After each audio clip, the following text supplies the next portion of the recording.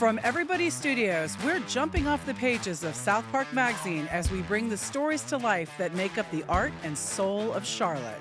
This is SouthPark Says with Krisha Chachra. Well, pull up, turn it up, and take a seat. Hope you're hungry for some tasty conversation. With recent Michelin recognition and the site for Bravo's newest season of Top Chef, the Queen City is proudly wearing her culinary crown.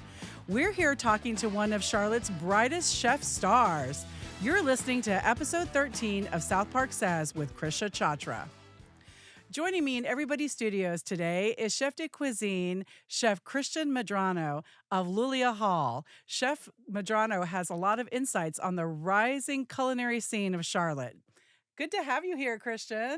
Thank you so much. It's lovely to be here. Thank you so much for the invite. Yes, absolutely. So with all of the excitement building around Charlotte's food scene, we thought we definitely have to have one of the rising stars of Charlotte come talk to us a little bit about what has happened here, where we're going, how it happened. So I definitely want to get your insights on all of this culinary excitement that's happening in Charlotte. But first, I want you to introduce yourself to our listeners.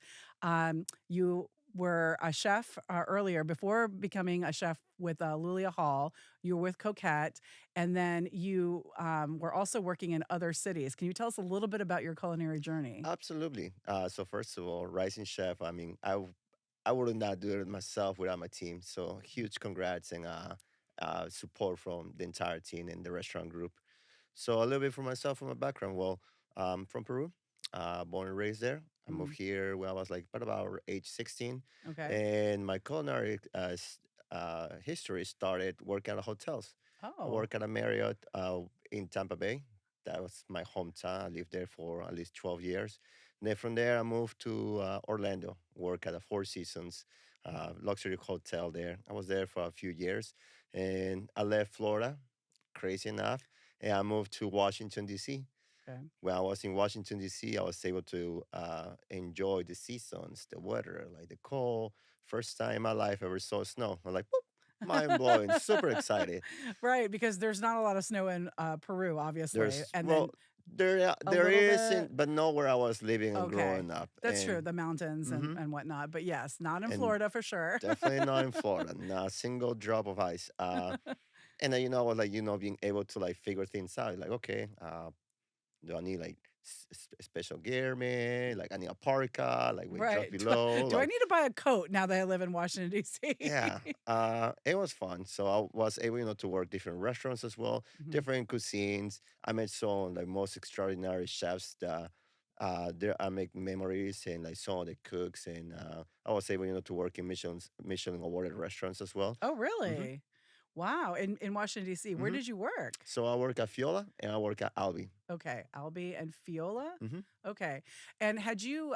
Obviously, you've learned how to cook in Peru when you were there when you were younger. You said you moved here when you were 12. Is that correct? But I'm about age 16, Oh, 16. Okay, 16 so ish. yeah, so you were younger. Where did your love for cooking come from? So it's crazy enough. So my grandmother, that passed away years ago, she was here in America. She was a citizen, and she brought us. This is like probably like 30 years ago. She sent us a microwave, like Oh, from all the way from U.S. to Peru. okay. And then me and my mom, we have a microwave, and Uh-huh. they were like trying to figure things out, because like that was like the newest things, like kind of like uh, TVs, flat screens or something like that. And I was just curious, like microwave cooking, this is easy, like, and I started, like enjoying just being in the kitchen, surrounded, like what's that? There's a blender. What is that? That's a stove.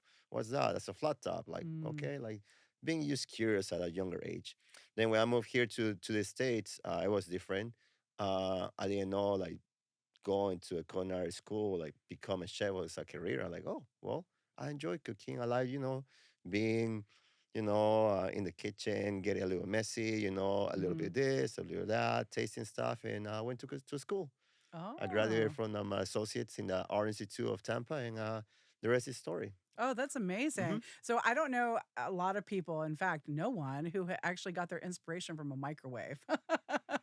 But that does whatever it takes to get you in the kitchen, right? You knew how to nuke things for sure, and then once you went to school, I'm sure you learned how to use that in a refined way. Oh yeah, like as the chefs call it, Chef Mike is being put away in the closet for a Right. long time. Because now, do you microwave anything? I actually do, but a couple seconds, because like I Okay. try just myself. I try not to get all the, like all the ozone and all the stuff, like microwaves Sure. into like my Sure. body, my system. I try, to like protect my temple. Yes, I know that we'll get to that in a minute about how you are very intentional about what you eat, what you put in your body, and how you like to relay those concepts to the clients that come into your restaurant Hmm. every day.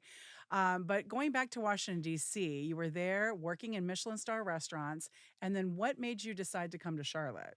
So it was multiple things. First, I was dating my wife at Hmm. that time, and then we just wanted a little change of scene. At the same time, want to be closer to family. I got married, Hmm.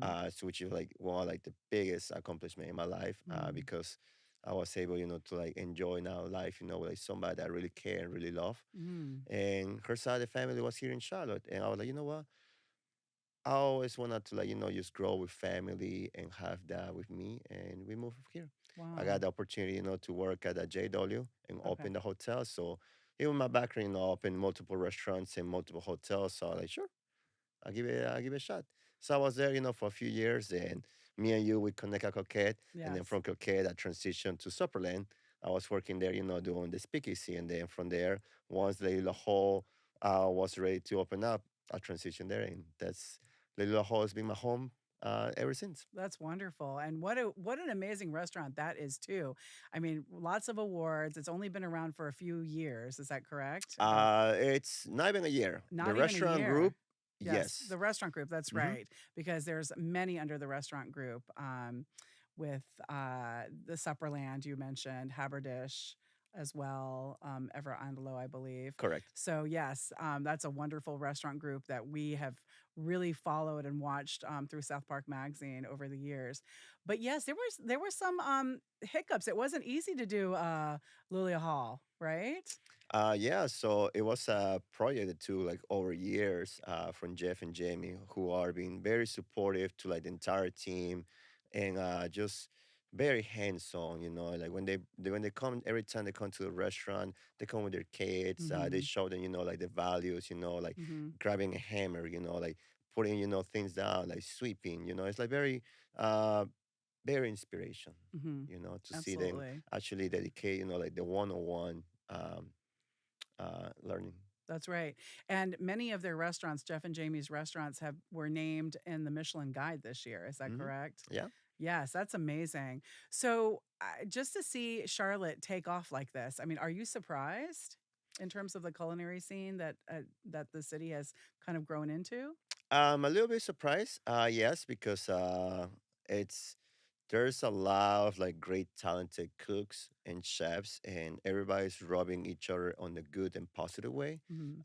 So I guess like Michelin coming here and rewarding some of the restaurants, it's huge. It's congratulating. Yes. Also support. Like people like going out and eat at these restaurants, but not just to like, oh, okay, I want to eat at this place. Just to like start what COVID still hit us in the back, like people being isolated, or people Mhm. like not trying to like, just do gatherings, or Mhm.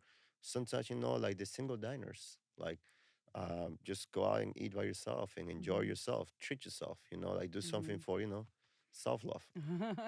That's right. It is part of self care, Hmm. the nourishment and the way we feed ourselves and how we feel afterward is a Hmm. big part of that mental piece that you love to talk about. So I think that that's really important. And you're right. I've noticed too. I've been here going on 6 years, and I came here during COVID, and I remember thinking, well, it's just the same. It's at first it was a lot of the same kind of chain restaurants that you see in a lot of big cities.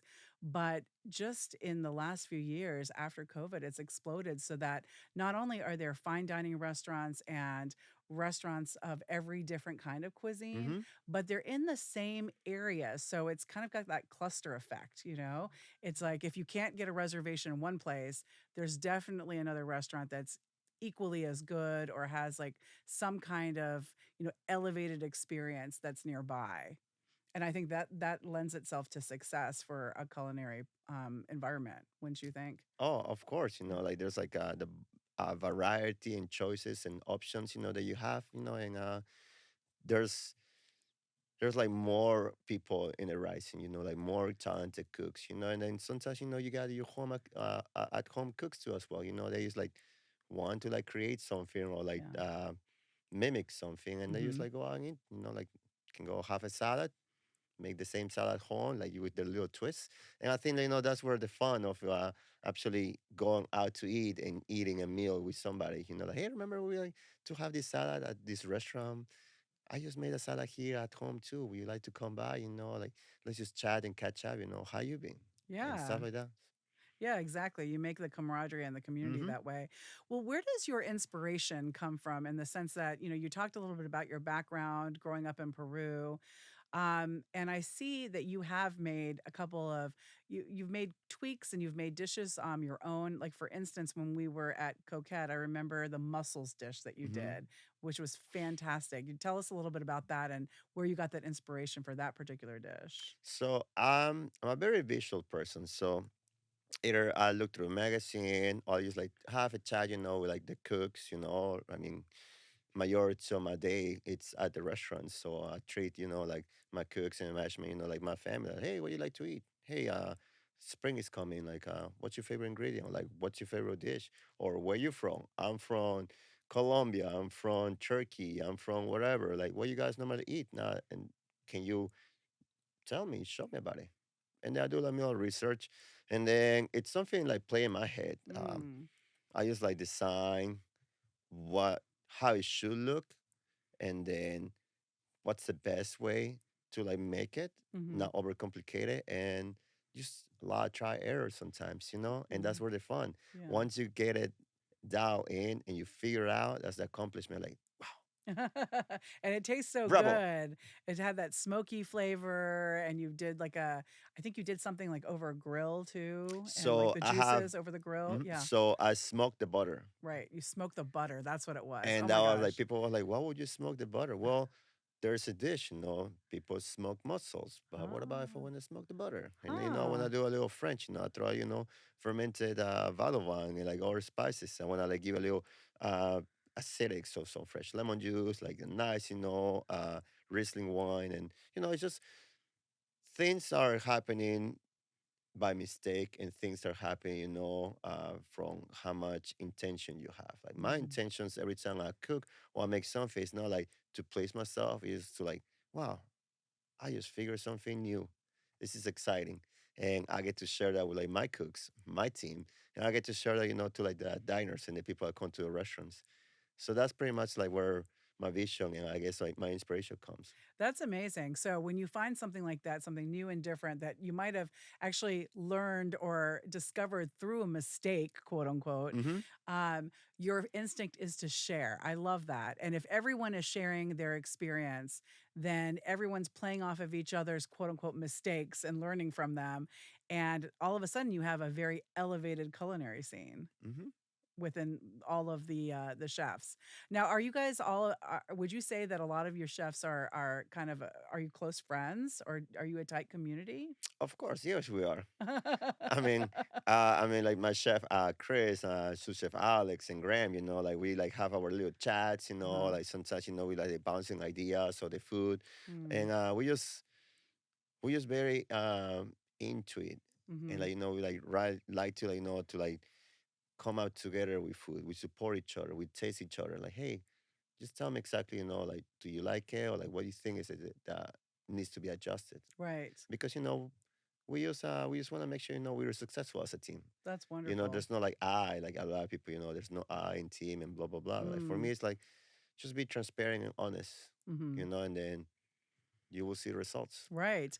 Yeah, I'm just wondering, obviously we had our very first Michelin star here. Hmm. Actually North Carolina's first Michelin star restaurant counter with chef Sam Hart.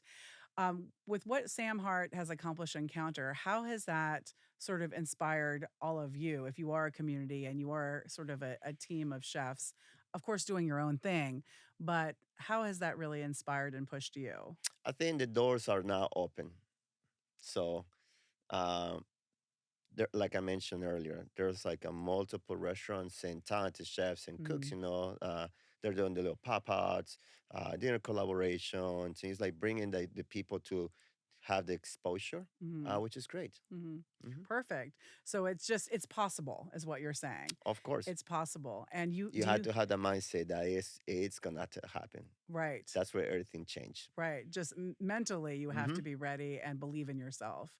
I mean, that's one of the things I remember you telling me after we spoke when Charlotte was awarded not only a Michelin star, but then a green star. And then that was awarded to Counter. And then several of the other restaurants were on the Michelin Guide. I remember you telling me, this is our year. This is my year. I'm going to make it happen. Hmm. And you still feel that fire. Oh, every single day that I'm in the restaurant, like I'm fired up. My team's like, oh, there goes chef.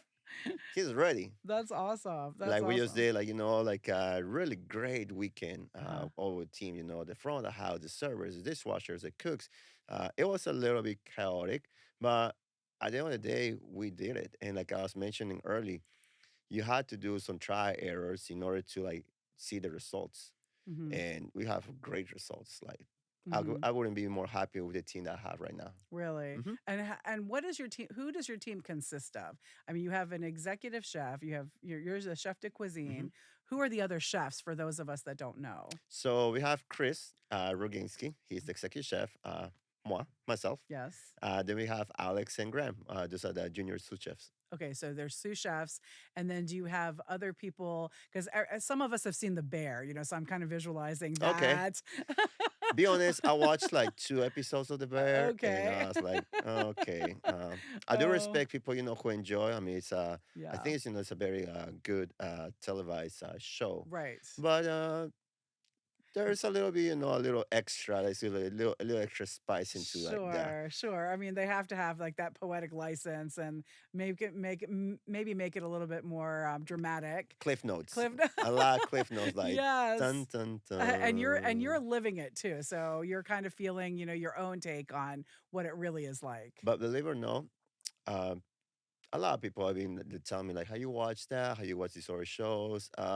Yes and no. Yeah. Sometimes I watch it because it reminds me like, oh, definitely don't want to do that, or like definitely don't want to be like, like being yelling or like working on my feet for so many hours, or Right. like not eating, or that's where it comes. A few years back when I really had my wake up call saying Uh-huh. like I need to do some shifts. I need to like break out some these bad habits that I have and start taking care of myself. Like Mm-hmm. not just myself. Like now I'm married, I had to like take care, like the house. Mm-hmm. And when I'm at work, I had to take care of like, like my family, my cooks. I don't want to make sure, like they're not just numbers, they're actually members of Mm-hmm. this team. That's right. Because I think that one of the threads, the common threads that all of these chef shows have in common is that they show how strenuous this job is, that you're getting yelled at, that you're on a timer, that you have to get things out, quickly. Otherwise, obviously, like that some of your clients and the people in the restaurant are going to be your customers are going to be upset. So it's a very high stress job. And it seems like sometimes, and this could be a stereotype, but there's a lot of chefs being a chef is synonymous with, drinking a lot, staying up late at night, smoking, um, you know, a lot of different things that you have to do in order to keep yourself awake and sharp. How are you trying to change that narrative? So within my range, like sometimes, like as I mentioned earlier, like we had to like rub each other with positive, energetic, Hmm. and do things that are changing, on my end at work, we like talk about, hey, you drink some water, you drink some water, you drink some water. So Mm, starting from that, like keeping ourselves hydrated. yeah, water check. Water check, or like sometimes, we like just getting a little deli, a little plate, with like eating and standing. I said, hey, go sit down for 5 minutes. Mm, Like go literally like sit out, rest up, and like go check on your spouse, your girlfriend, or like hmm. let's take like 5 minutes, update your TikTok, whatever. Like just like unplug yourself for a Uh-huh. couple minutes, take care of yourself, and then come back and then reset. And personally, for me, when I'm outside of work, I've been doing much better than I think about work. Mm. And everything start with the trust. Hmm. So you want to make sure like you have to do things with like good intention. Like if you have a new hire, you want to make sure you train the person. You have a team, like you mentioned, like who is your team? Right. Like that is my team. Like that's like my amigos, like my center. Like I'm okay not being in the building because I know they have my back and I know they're gonna do it. And same thing when they're not in the building, I'm gonna make sure I do the very best I can so I can go home and just be easy at mine. So it's just like a family in the sense that you have a family at home, you have a family at work, but you had to also sort of earn that trust, I would imagine. So what are the things that you do in order to create that kind of family environment?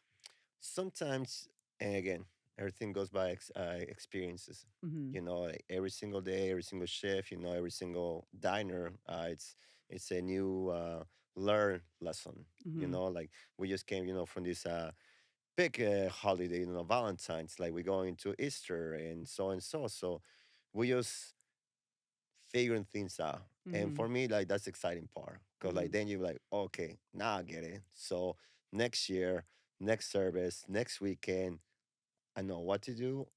I know what I didn't do right, or I know what actually worked out. Hmm. Sure.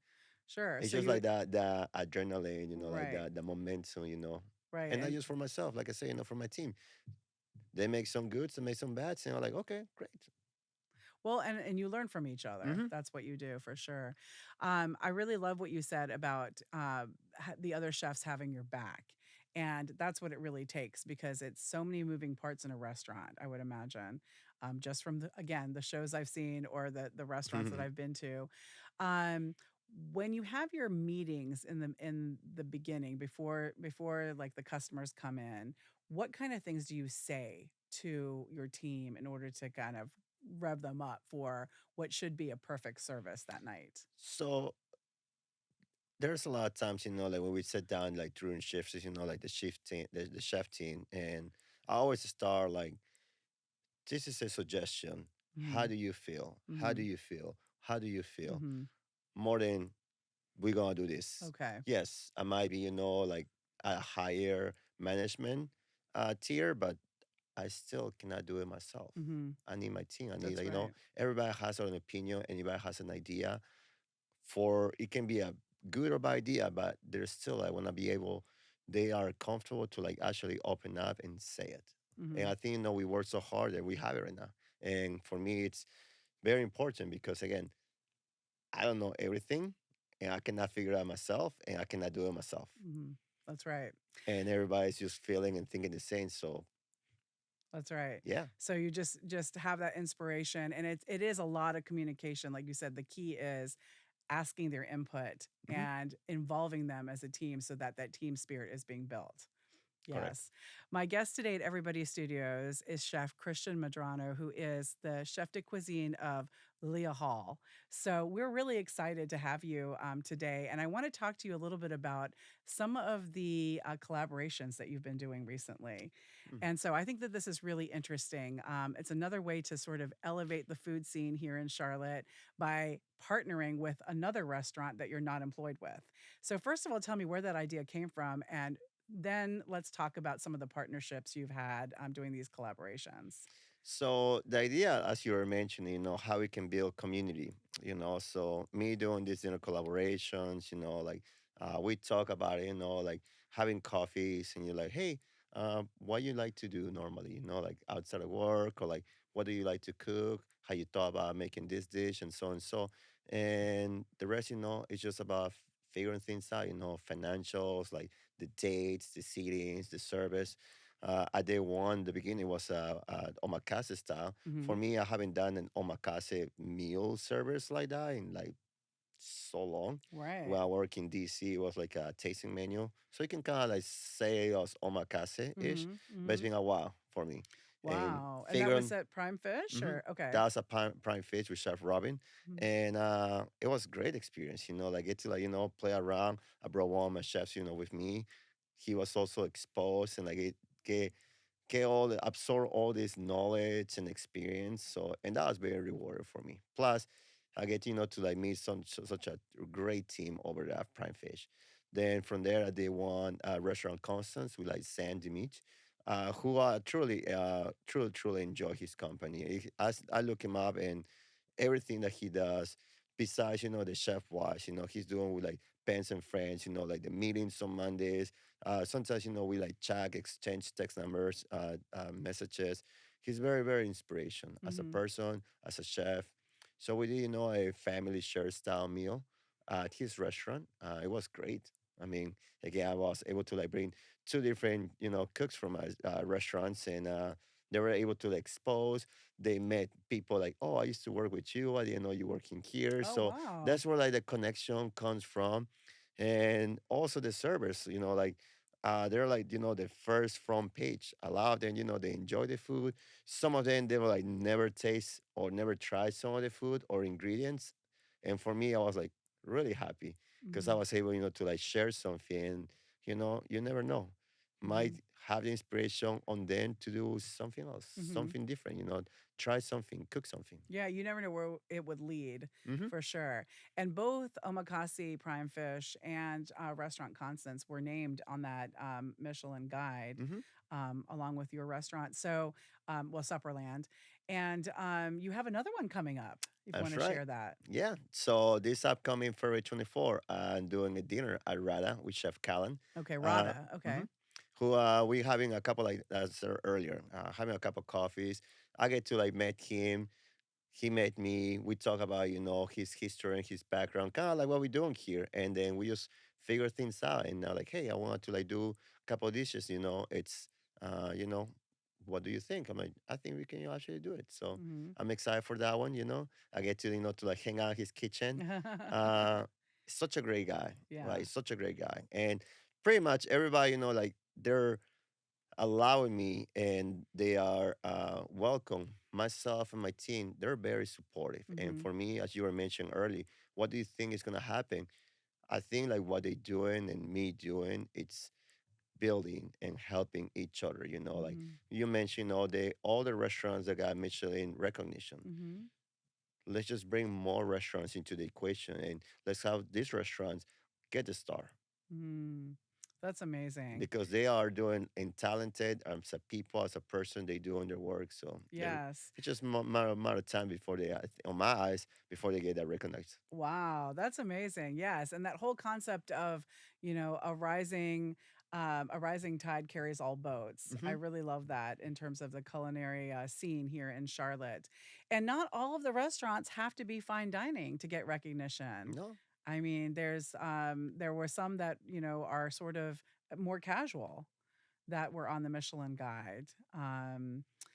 but Yes. everything is, it's about more than just working towards that. It's more about doing the things with like the great intention. Mhm. You buying support local, or you support like restaurants versus going to a restaurant chain. Mhm. Mhm. The chefs that are working, like they just like making food just to like just create and pay their bills. So that actually Mhm. they have that ability to actually bring their team on, bring Mhm. their cook's idea, bring the sous chef's idea, Mhm. and then help them to rise up, help them to grow and learn. Mhm. And for me, doing these collaborations, I'm bringing some of the cooks, uh, they're being exposed to different kitchens, Mhm. different food, and different environment. And for me, that's rewarding Yeah. itself right now. Absolutely. And one of the other things I thought of while you were speaking is that it doesn't only help the culinary food scene from a client point of view or a customer point of view in the sense that, yes, you're going to have more variety, you're going to have more restaurants. It also opens up the potential for it not only to be a destination for people to come consume and eat, but also to come work. And you're bringing in, skill sets and people from all over the country who want to land here in Charlotte to bring their talents to the surface and to coax out their potential as chefs, as students, as wait staff, as quality control, all the things that are required for to make a restaurant work. Yeah, it's funny that you mentioned because when I live in Washington D.C., one of the most memorable and my favorite holiday was Thanksgiving. Hmm. my my second year or my third year living in DC, I brought a little small plate, pasta bowl, but like we had like people from all the way around the world, and they didn't know about Thanksgiving. They were like, okay, we just gather at somebody's house. We Mm-hmm. got bartenders, like a lot like food and beverage industry, and for me, I was able to like eat some food, some Mm-hmm. fideos, some rice dishes, some fish, a cocktail made, inspiration from this, different spirits, a dessert, some type of cookies, and different ingredients into like what they call it home food. Home food. Home And for cooked me, I was food. very exciting. Yeah. And translating that into like, okay, I'm gonna go do this dinner's event. I'm gonna go, Mm-hmm. do this like you were mentioning earlier, where you get the inspiration, like Mm-hmm. just why not learn and enjoy myself. And I think like the rewarding part is like once you figure things out and you like Mm-hmm. get it done, it's exciting for me. Yeah, absolutely. And I can see you're just lighting up. For those of you that are just listening, Chef Christian here is just lighting up when he's talking about food. It's like it does something for you. What is that? Why is food so important besides the fact that it nourishes our bodies? For me, food is very important because, as I mentioned earlier, try to take care of my body like a temple. Like Mm-hmm. at home, we eat very organic. We also try to, to like eat things that are gonna make us be better. Mm-hmm. Like we try to eat, most vegetables. Like my wife does, like alkaline diets. Like we try not to eat too much protein, so like Mm-hmm. dead animals in some sort of speak. Even though I'm a chef, I work at a steakhouse, see like meat and chickens and everything all the time. But like uh, I want like break that off. I want to make sure like I'm eating good, Mm-hmm. living vegetables with water, and it gives me like natural energy. Like for Mm-hmm. me, like people, like, hey chef, how you can never like drink Red Bulls or like like have these liquid IVs or all these other chemicals. I'm like, for me, a nice, delicious, clean glass of water is the best. Mm-hmm.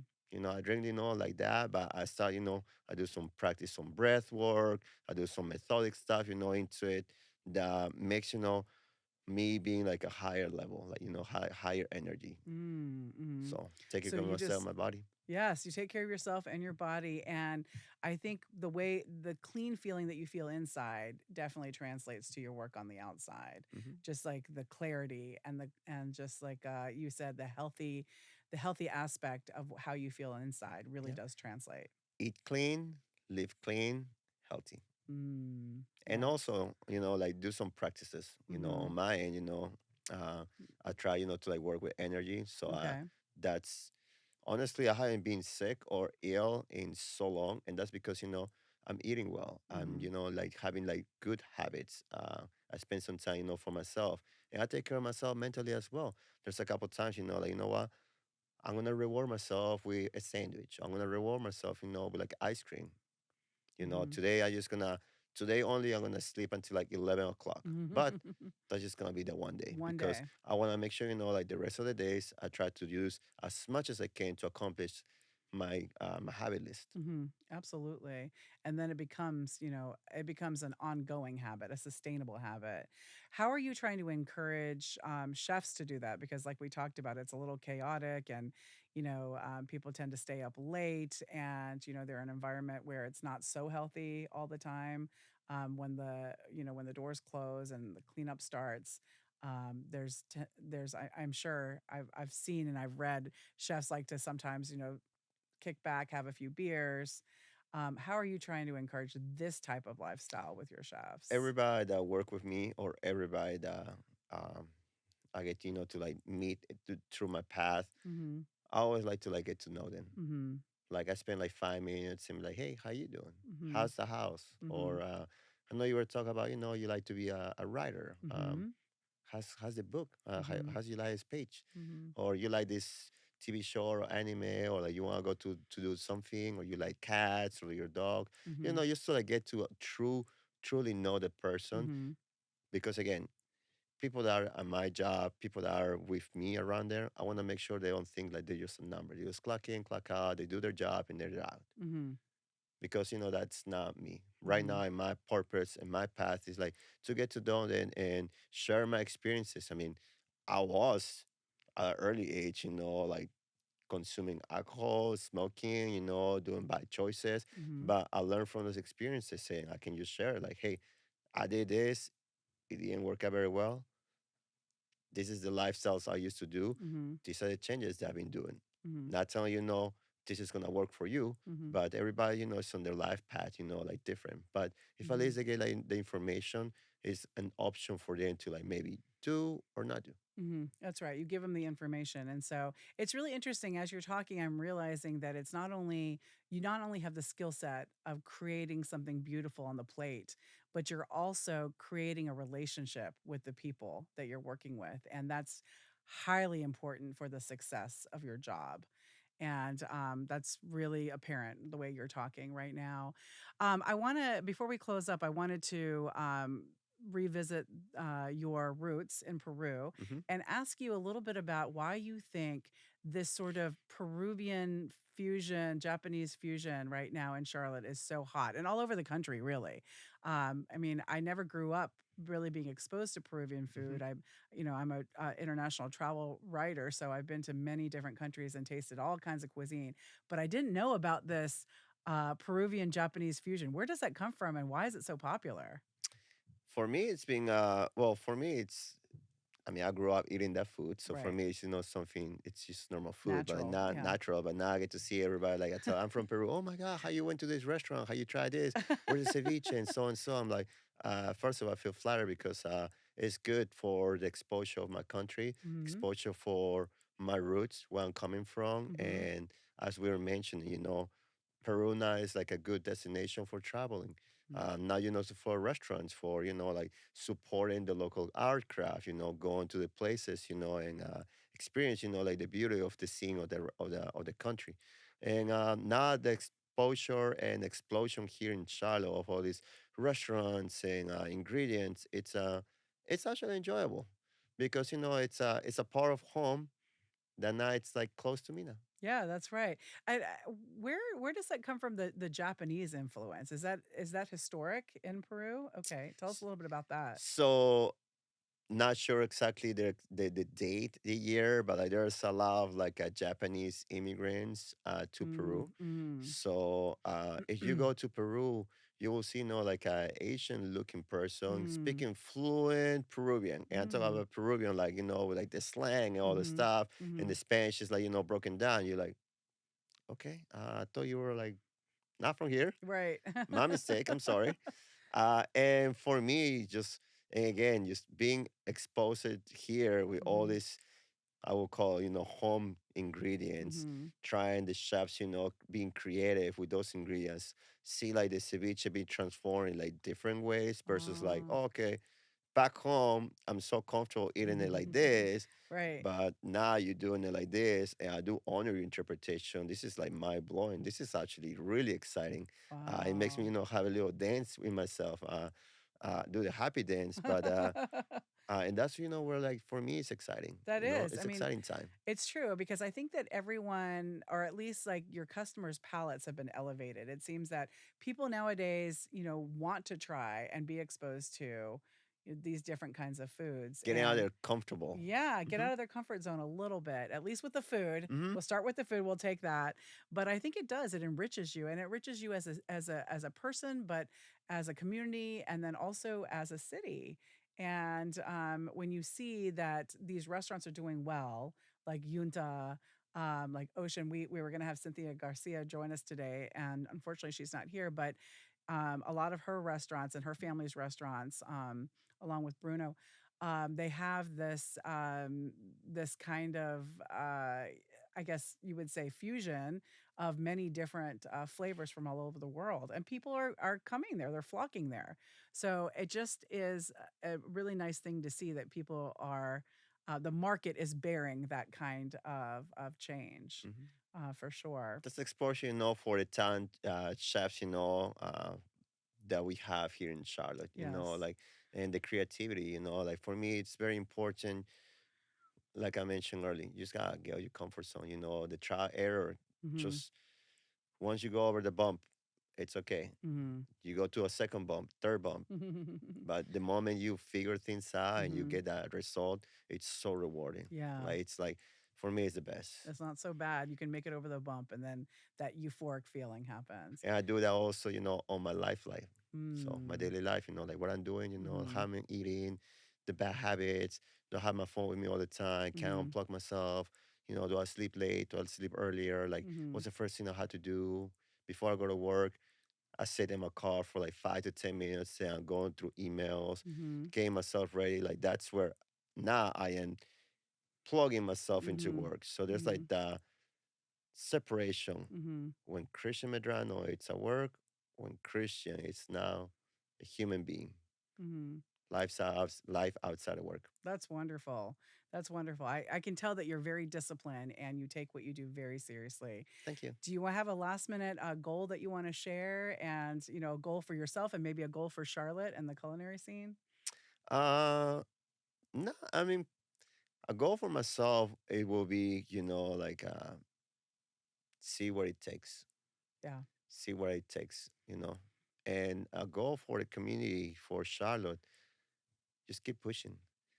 I mean, let's not stop, with Michelin. Like, just that's a great to being recognized in award, but like, just keep pushing, because we have the younger generation of Mm-hmm. chefs, the younger cooks. We Mm-hmm. want to make sure, we as a city, we grow.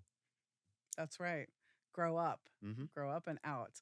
So thank you so much, Oh, Chef. thank you so much. Chef Christian, for being here. I really appreciate it. And to learn more about the culinary scene in Charlotte and the upcoming season 23 of Top Chef and Bravo, which airs in March, please do pick up a copy of March's issue of South Park Magazine, or you can read it at southparkmagazine.com. Thanks so much for listening.